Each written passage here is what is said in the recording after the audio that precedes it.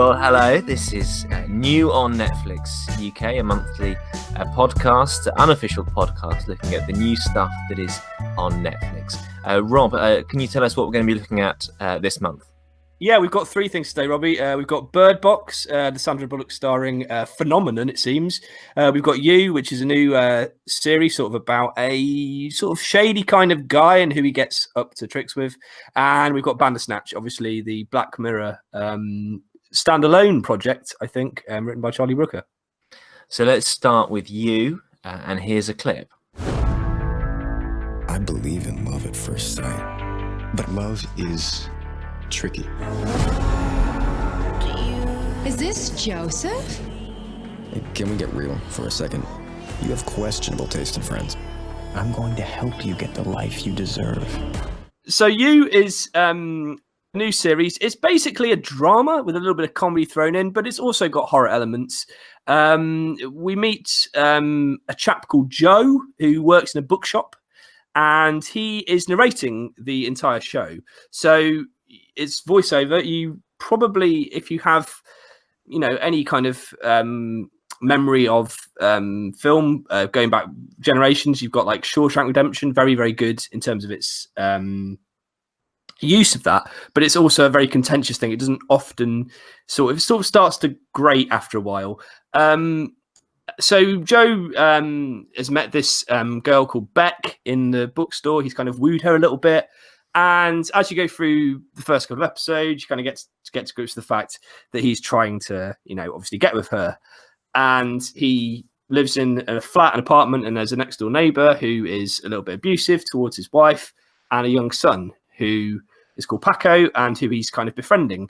And so you get this sort of strange, I don't know, it's a kind of split personality in a sense, because he's seemingly intent on stalking this girl that he's after, Beck, but also he's helping this young lad who doesn't really have very good parental role models. So it's an interesting sort of attempt to show a sort of complex character. I quite liked it. I didn't think some of the writing worked. I think it was far too dependent on the voiceover, actually, and too little. It did great after a while for me in both the episodes I watched. So I watched the first episode and the second episode. But yeah, I mean, I would continue to watch it. It was engaging, and much of the sort of the makeup of the story is to do with like social media. It's to do with Joe being this person who hacks into social media and gets people's information or looks them up, and that whole sort of idea has kind of been done a little bit, but hasn't been done perhaps to this extent. I don't know. I mean, it was engaging. It was engaging. I think he makes quite a lot of inadvertent points about quite how much personal information a lot of people put online. Oh, I'm not sure it's an inadvertent, Robbie. I think it's actually, that's kind of part of its point. Anyone could find out anything about any of us. At the same time, he's being cast as this stalker, but at the same time, he's sort of being seen as a sign of savior and a good guy for this other person who's perhaps struggling in her life. She's got a sort of no-mark boyfriend, but then it does take twists. It does take you places you don't think it's going to go. I don't know how far we can spoil it. Really, we shouldn't spoil it. Let's talk about the first episode. Now, I have binged this one. And it's funny because I wouldn't say I loved it, but it brought me in enough that I watched the whole thing. I mean, it was I think it's that kind of thing. Yeah, and there was quite a lot of moments, particularly in that first episode, real moments where I was like, "Oh, come on," and it reminded me a lot of Dexter. Yeah, that's what I was thinking. Dexter. I haven't seen Dexter myself, but I know that's the general premise of Dexter was that he was a serial killer, but he only killed other serial killers. And to justify it, he needed to find evidence on them. So what would happen is he would go to their houses, the door would be unlocked or whatever. He'd wander in and there'd be a poster up saying world's best serial killer or some huge clue which kind of confirmed to him that this person was indeed a rotten, I wouldn't say rotter. that sounds rubbish, but I know it's very highly regarded. So it's a great series, but it had a lot of very neat and convenient things to keep the plot moving. There was no nuance to it. It was very kind of direct to it, and there was I mean, as this series goes on, this isn't a spoiler at all. There's one episode about halfway through where I must have said, "Oh, come on," about 10 times. Right? There's one bit he ends up underneath somebody's bed, okay, and because he's like eavesdropping on them, and literally the person is sort of feeling around under the bed looking for something, not knowing he's under there, and he passes it to them, and I felt I was watching Carry On Stalking or something. It was just this sort of CBBC style program, and I nearly at that point thought I've had enough of this, but I ploughed on and and it improved from there. But it's a funny one, really. It's entertaining, but it's not classy. I don't think. No, but it's weird because you kind of start off thinking this is really. I mean, obviously, anything on Netflix is really really good production value, really well produced, really well put together. But you kind of think, what's it all? I mean, I only watched 2 episodes, and I'll be honest with you, I find it quite easy to switch TV off because I'm not a sort of much of a TV person. I'm more a film person. But with this, I did feel after the end of the first episode, I do want to watch the next episode. But then I got to the end of the second episode, and I was like, well, I would like to go on and see what happens, I think, but I'm not convinced by the sort of setup. It didn't feel like it really rang true to me as an interesting sort of premise. So, Rob, you can pick now. You can either have my poem, because you did ask me to write a poem as my review, or I can read you the IMDb best and worst. What do you fancy first? Let's do the poem first, and then the IMDb. I think, yeah. I do need at some point to get some theme music to go with my poems, because I think it'll add a real bite. Here we go. Yeah. Like most US TV, we start in New York City. What's wrong with Milwaukee? Is it less gritty? The creepy anti-hero is a bookseller called Joe. I'm pretty sure that Dexter is this guy's favourite show. Joe stalks Beck, a beautiful poet with a talent for rhyme. It did make me wonder if I'm putting myself at risk of a crime. So, Rob, I've got some top tips for you I picked up from episode 1. Advice for surviving life that won't ruin your fun. Password protect your phone and your PC. Oh, you already do? What do you mean it's ridiculously easy? Buy your books from bookshops online. Oh, you do that too? All right, forget it, that's fine. Close the blinds if you're getting romantic. Oh, you do that as well? Well, aren't you, Mr. Fantastic? And if you get tweeted by a famous reporter, take 2 seconds to look up his image or you might meet a stalker. So, it is a little bit flawed and not very cinematic, but give it a go if you like beautiful people being moody and dramatic. That's actually a very good summary. Much better than my review, actually. I should say, I think you tried to rhyme fantastic with automatic there. No. Cinematic. I've closed it. I've moved on. Okay. It's like, right, I've done that poem. Quick, close the window. Move on. Romantic and fantastic. That's a rhyme, isn't it? Right. No, it's not. But okay. Right. So let's have a look. Beautiful the same. It's beautiful the same. I don't know whether you're going to ever write a bad one, actually. You've not actually written a bad one yet, I don't think. That's kind. Okay, let's have a look at the one 1-star review and one 10-star review from IMDb. So these are, they're not listeners, but you know, Tony. Well, they might be. Who knows? 72. Who knows? Now, this is an example of someone giving away a lot online. He's giving away his year of birth. Anyway, headline is from Tony Hughes: dull, slow, and uninteresting.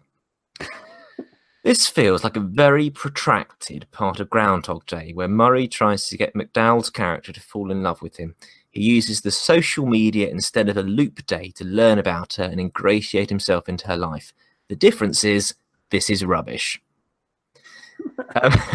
And then he gets a bit, Beck deserves everything that comes to her, and the rest of the cast are either shallow or wet.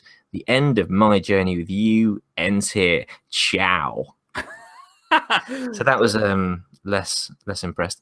And then this is Zeb67. Yep. 10 out of 10. The last romantic comedy is the headline.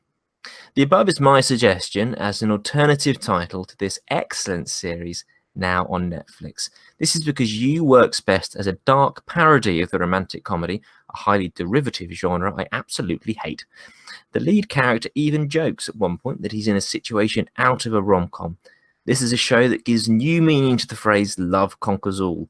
The characters breathlessly spout all the usual rom-com cliches about how they can't live with or without the person they love so much they can't stay with them because of this. At the same time, all the show's horror elements play out. Then there is a certain Dexter-like quality to the show in that Joe does bad things, but the people he does them to, well, this is binge-worthy viewing at its best. My 10 rating might be a little high, but I haven't seen a show as entertaining as this for a long time.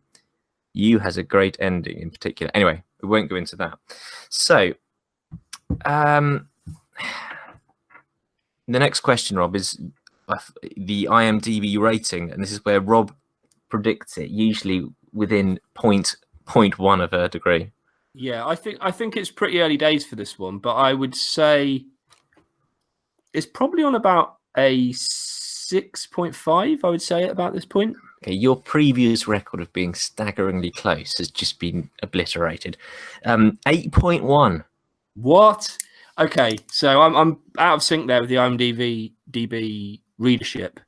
I wouldn't give it that. I'd give it a 5. I would think.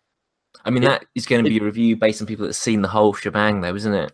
Well, I know that's true, but then I've seen 2 episodes, and it can't be that much better or worse. Maybe it does. It ebbs and flows. There were a couple of episodes where we said to each other, that one could have gone. You know what I mean? That episode didn't need to be in there. Right. Yeah. Okay. Let's move on. What's our second program/film we're looking at today? So I think we're going to go for Bird Box, which is a kind of a massive phenomenon. According to Netflix, it's the sort of most viewed thing in the UK on their platform. People describe seeing an entity that takes on the form of your worst fears. Oh my God, what are you looking at? What did you see? What is wrong with you? Please stop it! You can't stay here. Every contact we have had with the outside has brought us death. So Bird Box is directed by Susan Beer, who is the director of The Night Manager, if you believe that. And she's had a sort of string of sort of Danish language and some English language hits. And also the screenwriter of Arrival, which is a quite well-respected sort of science fiction film from a couple of years ago.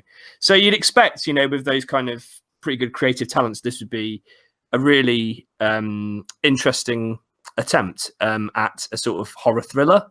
And that's kind of what I'd say. It's kind of quite a solid horror thriller. There's nothing absolutely brilliant about it. I would say that some of the comparisons that have been made to A Quiet Place, they do show it up to be a sort of slightly less, slightly inferior to that film. It's not as exciting. It spends a long time explaining where it's going, and I actually felt the payoff wasn't really there at the end of it. It's frustrating. So the idea of the thing is the world is basically coming to an end in some way. It seems the way it's coming to an end is that people suddenly, through having their eyes open, suddenly start seeing the worst thing that's ever happened to them, or sort of a terrible, sad thing that's happened to them. And then suddenly they will sort of, suicide, or something will happen to them and they'll die. That was sort of vague. That annoyed me a little bit as well, I'll be honest. It got quite good towards the sort of middle of the film. Yeah, I agree. Particularly around where Tom Hollander came in. He was a sort of breath of fresh air, I felt.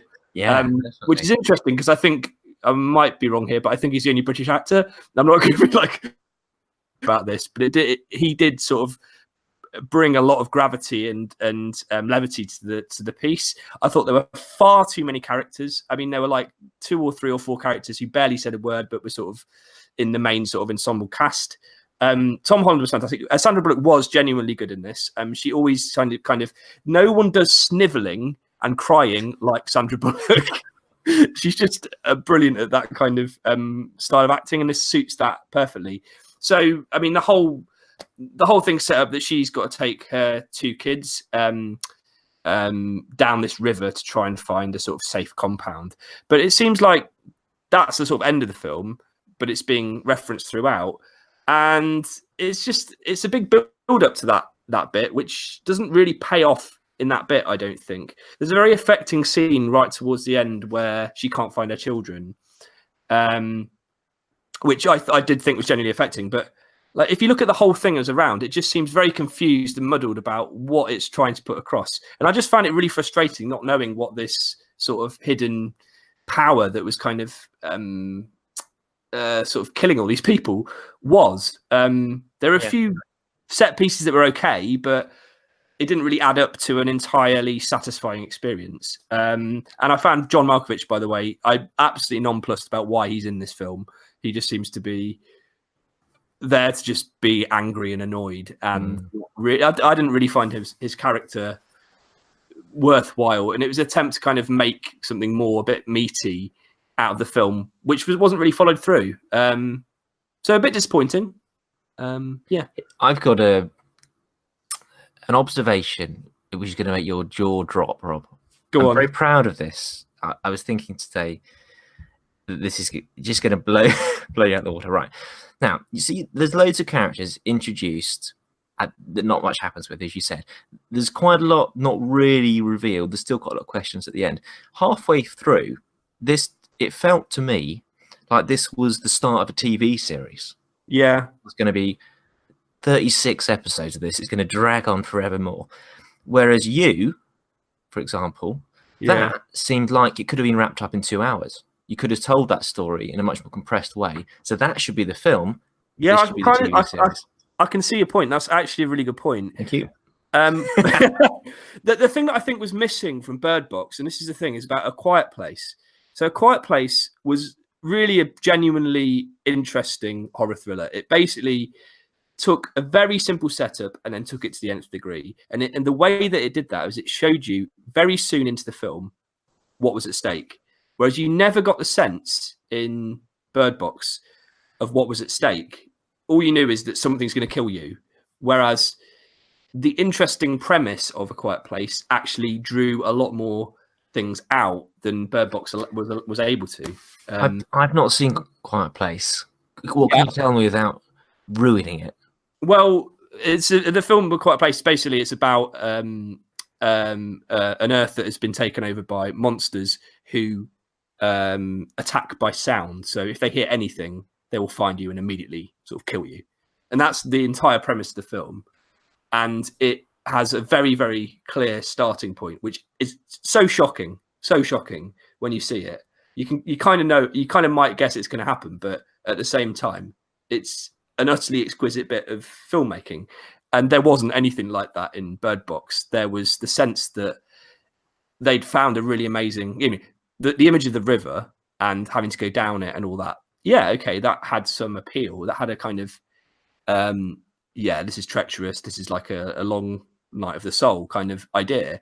But it didn't really have a power or a visceral power. And that's the difference between the two films. And I hesitate to kind of just talk about two films as if like one's brilliant and one's awful. Bird Box has a lot to recommend it.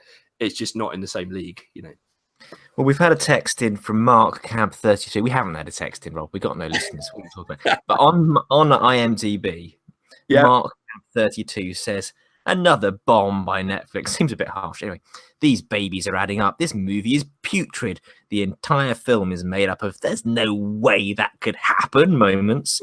Besides, Sandra Bee, who wasted good talent on this nonsense, the acting is terrible. Adding that cast is a run-of-the-mill force-fed political correctness. The survivors are made up as a gay Asian, an Indian, Hispanic, couple of black dudes, a fat white chick, a mean white guy, and Sandra Bee. Typical Saturday night network TV casting. He did not like it. He did not like it. Can I just say, someone needs to just suggest to that guy there's such a thing as fiction and science fiction particularly. He seems to think that there's like no sort of license.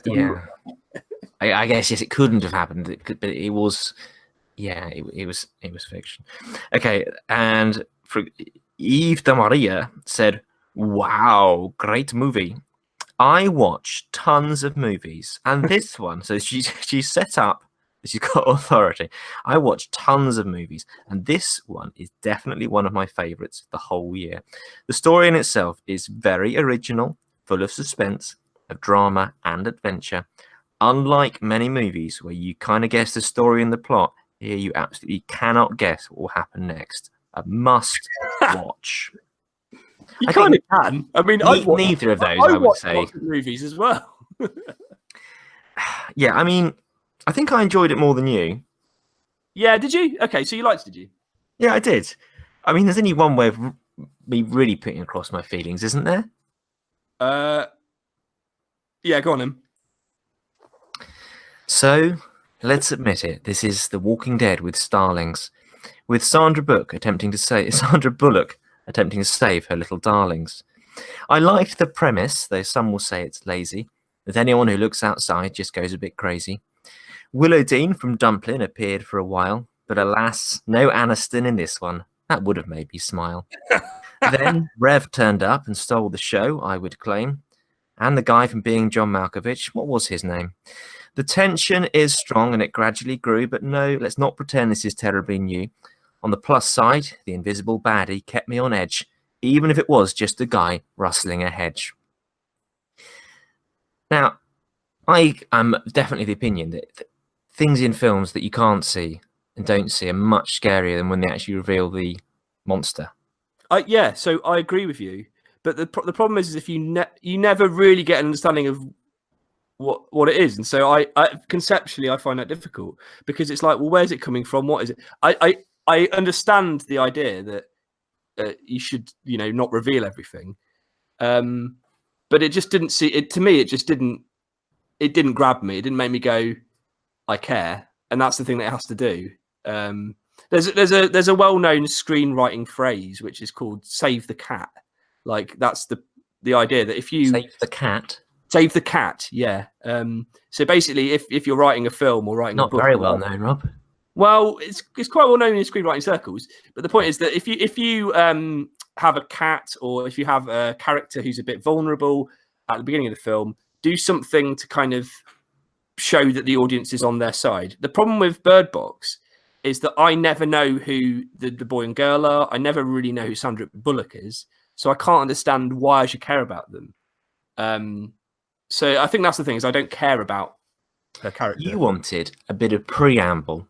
You wanted Sandra Bullock doing some shopping, going to work, maybe, having a nice chit chat with somebody, and then bam, everyone starts dying. That's what you wanted, isn't it? Yeah, but more, yeah, but just more like an engage. I don't know. The other thing is they kill off Sarah Paulson, who's a great actor. Right at the beginning. I'm sorry, I've given that away, but I think it's within about 30 seconds. It's really quick. I just think, what a waste. She's a much better actor than Sandra Bullock, I think. But I've got a question for you. I want you to ponder this one because you're a real nerd. Okay. This film, it doesn't follow a linear structure, right? So it kind of jumps back and forth. I want you to think for next time of a good film that came out in the last 10 years that follows a linear structure without any flashbacks or anything like that. Because I think no one does it anymore. I think everyone feels they have to go back and forward. Well, Roma, we talked about it last month. Yeah, good point. I did enjoy the music. I thought the music was menacing, didn't you? The music was all right. I'm sorry. I just can't. You can't enthuse me. I'm sorry. I'm really sorry. I know it's horrible when you really like something and other people don't. I didn't really like it, but what would you give? What would you give it out of 10? Oh, I don't like doing that. Well, give us a Netflix score then. I'll guess the Netflix. No, I'd give it 7.7. But what do you think the general public will give it, Rob? Let's see if you're any closer than you were with You, which is an abysmal guess. Was it 7.8? No. 7.7. Okay. What's your guess? Come on. Oh, right. Oh, so it's not. I'm sorry. I thought you. No, that is my review. 7.7 is my score. Oh, is it? Okay. I'll go. I reckon the public. Well, what was you again? It was 6 point something, wasn't it? You was 8.1. Oh, okay. Oh, yeah. No, sorry. I said it was 6 Getting point something. very confusing. Well, this is not as good as you. Well, is it? It's kind of the same. I'd give it 7.9. 6.7. Oh, really? So they Yeah. think that's interesting. I think that shows that people are more willing to kind of big up TV. So I'd give it again. I'd give it a 5, maybe a 4. And do you remember my rule that I'll watch anything above 7? I do remember that rule. So I mean, I think this is definitely a 7. really, I mean, 131,237 people disagree. yeah. I would say it was a watchable film. I didn't feel a waste of my time. Anyway, let's move on to our final one, because I think you're going to want to talk about this in great gushing detail.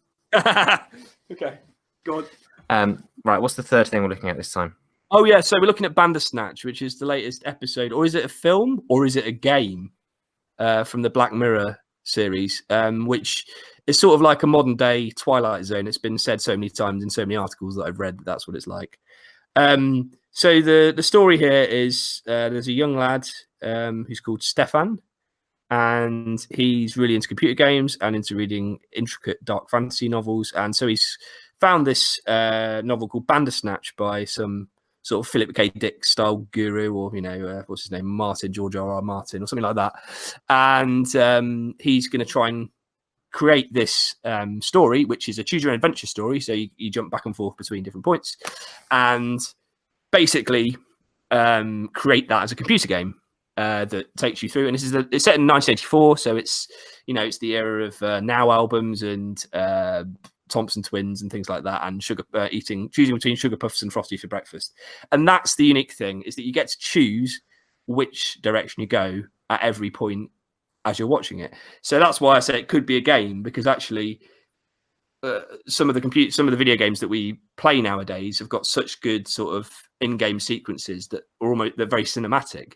And so you could argue it's coming from the other direction, at that idea that mostly you're watching and then you're interacting a little bit. So I thought this was just phenomenal. Not actually because the drama itself is out of this world, but because of the way you experience it and the way that you come to realize where you've been and what you've been. It's the age-old question of what is real. It's the age-old question of free will and determinism, about whether you actually have agency in the world or whether there's someone pulling the strings.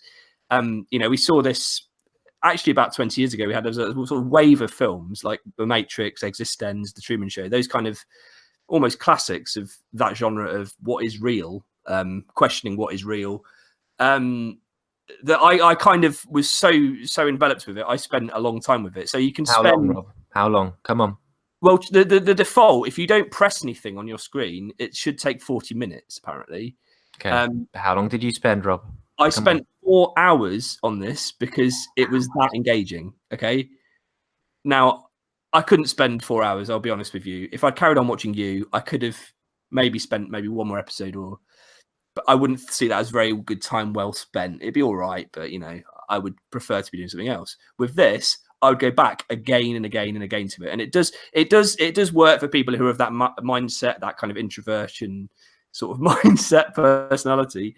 You will love it, because all it does is take you through things and then throw you back to a position that you've been in before, or throw you back to a slightly different position, and you are living, as you go through it, a sort of existential crisis of yourself, because you don't know what you want to happen to this character. You don't know whether you want him to finish the game and it to be a massive success, or turn around and throw everything and destroy his computer. You don't actually know what it is that you want for this character to do, and yet you keep being asked to tell him what to do. And so I think there's a level of, in many ways, it's a simple conceit, and it's not as intelligent as you might think it is, but I absolutely loved it. And I think the performances are pretty good. They're not amazing performances, but I think Fionn Whitehead, who's the main character, Stefan, does a really good job of getting inside of this kind of guy with basically someone with mental difficulties, getting inside that mindset. I think Will Poulter, who plays Colin, who's this designer who he looks up to, this game designer who he looks up to, I just really loved his style, the way that they designed that character almost, and how different scenarios as you go through pop up, and you can kind of think, do I prefer that one? Do I prefer this one? Yeah. So I don't think that actually gives a very good summary of what you will experience if you're going through it, because different people will experience different things and want different things from it. So just go and have a play. And it is like that. You get to go and have a play. If you don't like it, just turn it off. But the fact is that you've been given an opportunity to kind of find your way in this world, to find your way through and figure out what you want to do. And I like it. I like it a lot. After a while, I found it a little bit stressful. Yeah, well, that's what I'm saying. It's an Decisions existential I was being crisis. made to make. I was like, well, I don't know. It was not a relaxing television kind of switch off, was it? No, not in the slightest. But so maybe that's something to think about. If the caveat to kind of go in thinking that. But actually, as you start off, there's quite a lot of space, I would say, as you start off towards the beginning of the narrative, which then branches off in all these different directions, for you to get acclimatized. I think one of the frustrations, the only flaw I'd say in it is that you do have to watch. If you go back to a position that you've taken one fork, you go back to the position to take the other fork. It does make you watch the scene sometimes, which is frustrating. Although other times it won't, so it's a bit inconsistent. But it's frustrating having to watch a scene that you know what's going to happen. You just need to get to the end of it, but it doesn't give you the opportunity to fast forward. I don't think, unless I missed that. No, not that I saw. I think what I liked about it was when I heard they were going to do this sort of interactive TV stuff, I thought that might be a bit sort of gimmicky, but it was clever in the way that using that structure was a reference to what was happening in the program, in terms of like the type of games that he was working on. Yeah. And it was about mental health. Yeah. And so it wasn't just completely irrelevant that it had this structure. It fitted with the story. I thought that was sweet, man. It's just different levels, isn't it? And basically it's the meta postmodern idea, isn't it? That basically there's instances in it where it's literally asking you to kind of, it reaches out of the fourth wall. So at one point there is one narrative you can go down and it literally stops the production and you can see the set and all this kind of stuff. It's constantly sort of undermining its own narratives and saying, is this real? Is this not? To the extent that you don't really get a settled conclusion. Whichever way you go, even if you end up with a settled conclusion, you don't really believe that's the best conclusion for this character. Well, in fact, it's not definitely the end. It's your end, isn't it? That's the point, yeah. And I suppose that is the existential element of it. And it's what Sartre said, I think. Oh, here we go. Existence precedes essence. So you're basically allowed to exist in this world, and you have to create your own personality and character and act how you would in that scenario. I felt there was one particular ending that I felt was the ending that they wanted to be the ending, if you see what I mean. Like there was their favorite ending, which was a pretty gory ending, to be honest. But it was the one where supposedly the video game was a massive success. But let's see what Roxanne Allen 70349 thinks. Yeah. Thanks, Roxanne, for your thoughts on IMDb. Right, this is the 1 out of 10. What a waste of my life. Everything you chose led to a more uninteresting storyline, and after every 20 minutes made you re-pick the right answer, actually giving you no choice at all, which then meant you had to re-watch the same boring storyline over and over. And yes, I do know they point out that really we have no choice at all in life and what we do, blah, blah, blah. But did it have to be so boring? It's not, though, is it? I mean, it's not boring. You don't go through it thinking... it's interesting because on the face of it, all that happens is there's this guy who's creating a computer game. He creates the computer game, the end, right? But there's so much more going on in the way that he is experiencing that and the way that then you are experiencing that as a result of that. And I think it's a lack of engagement and imagination from that. There is so much drivel on television that someone that is trying to do something different, even if it's slightly flawed in places, deserves a lot of credit. And maybe I sound a bit like a whatever. But do you know what I mean? I just think, they've tried to do something a bit interesting. How can you find that boring? Yeah, I know. And that's the difficulty you've got, isn't it, with things that. I mean, that is Take that, Roxanne. Hmm? I was just speaking to Roxanne, who wrote that comment. I was just going to say, I find it fascinating that Netflix has such a wealth and diversity of things on it that you can always find something that you will like. So if you didn't like Bandersnatch after the first few times of pressing a button, then just turn it off. I mean, Let's say at this point, we do not work for Netflix. We're not paid by Netflix, because that sounded like a real big plug, Rob.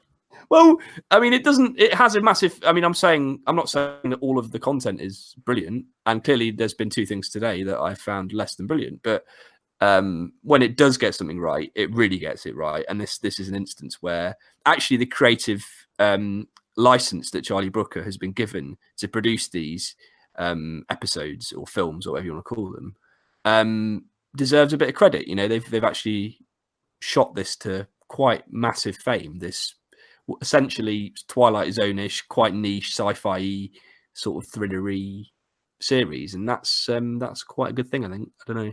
Okay, Zach Gideon, who I reckon might be you. Black Mirror on crack. This is groundbreaking. Can't really get a grasp on it. Whoever wrote this mapping is a genius. This is the future, and Netflix owns it. Need to watch it again and choose Sugar Puffs instead of Frosties. It's like a video game, but a movie, and makes you wonder so many things on the user pathway. Mind blown. Netflix treading into new waters. Right. And then they go on about saying they think it worked well as a horror film, which I think is true. Yeah, definitely. And if you just took like one of the lines and one of the longer lines maybe and followed it through, it's a perfectly serviceable horror film. With it's not. And the other thing to say is it's not just horror and it's not just existential despair. It's also wit and comedy, and there's some really good characterization. You know, Tucker, who's the head of the computer game company, is a genuinely funny character and really well characterized. He's is it Chabuddy G in People Just Do Nothing? Right. Okay. Yeah, I haven't seen that. Is that a TV show? Yeah, you don't watch TV, do you? It's about this pirate radio station, Corrupt FM. Have you never seen it? No. What was it on BBC? Yeah, BBC Two. Yeah. Okay. I'm not going to do it in that voice of, "Oh, you've never seen that," because that really annoys me. Okay. Does that annoy you? That really annoys It does annoy me, yeah, because like we've all only got so much time on this. I can't watch everything.